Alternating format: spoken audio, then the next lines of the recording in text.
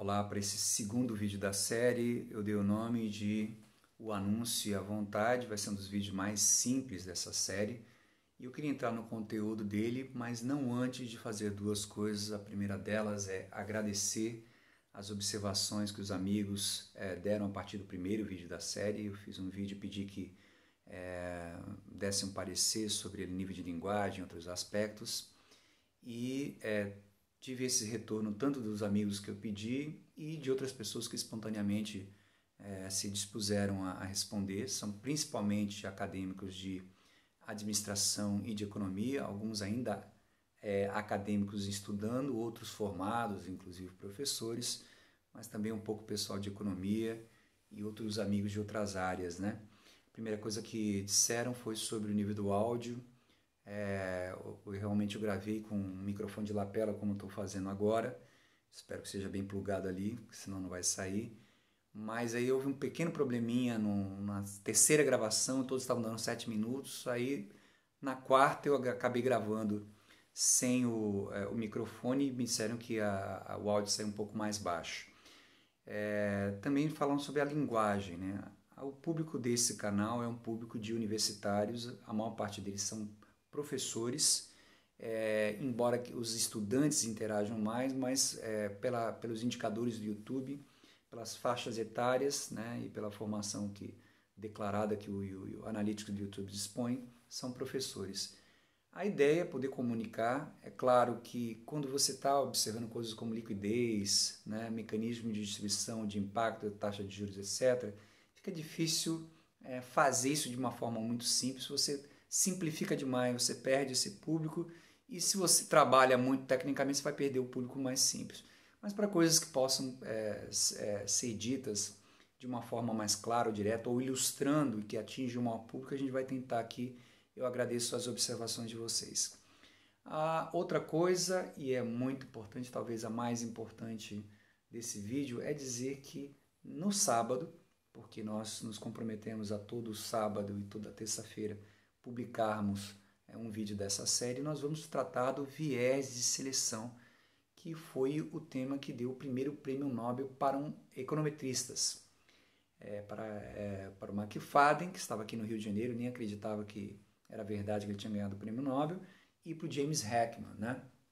E o viés de seleção permite olhar aspectos da subnotificação, um outro olhar a paralelo e a complementar a subnotificação que a gente tem que explorar nessa questão de pandemia.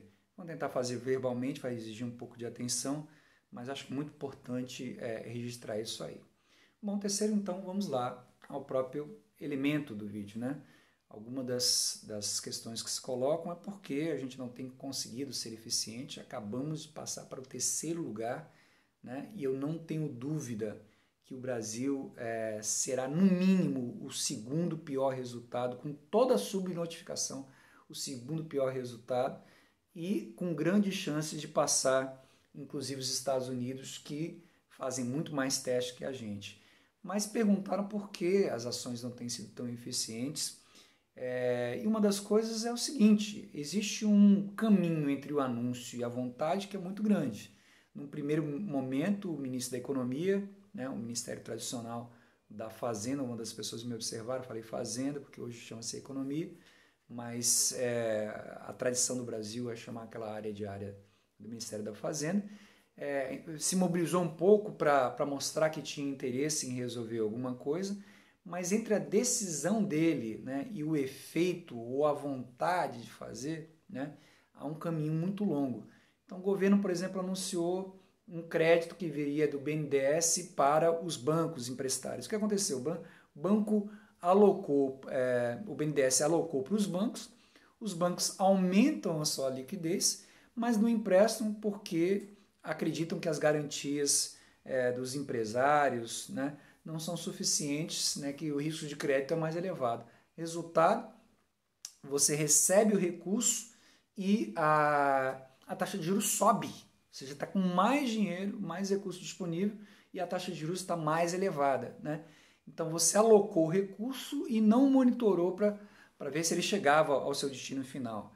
A questão mesmo da parcela, né? houve lá um momento de cadastramento, monitoração, é claro que é muita dificuldade, milhões de pessoas se cadastrarem, etc. Vamos entender que aí há uma questão de gestão que é complicada, mas ainda assim, né, a vontade de fazer com que isso afetasse e incorporar, o governo sugeriu R$ 200, o Congresso teve que convencer a ser R$ 600, né? E essa está lá uma das coisas de coordenação que a gente mencionou no vídeo passado, a não coordenação entre os três poderes, né? Mencionamos três coisas, a coordenação entre o Ministério da Economia e o Ministério da Saúde, a coordenação entre o Executivo, o Judiciário e o Legislativo, e a coordenação entre a União e os governos subnacionais, os estados e municípios. Então, uma pouca disposição em fazer, né, com um argumento que tinha que trabalhar, que não podia se emprestar, vários apoiadores dizendo que se emprestasse o Brasil viraria um país socialista, o próprio filho do Bolsonaro disse alguma coisa parecida, né? Os Estados Unidos está dando $5.000 por mês, ao câmbio de hoje, por volta de R$ 30.000, e ninguém acha que os Estados Unidos é comunista, né? Mas é um país que está tentando agir no sentido de resolver. Demoraram de reconhecer o problema, mas depois que aconteceu, isolamento social, né?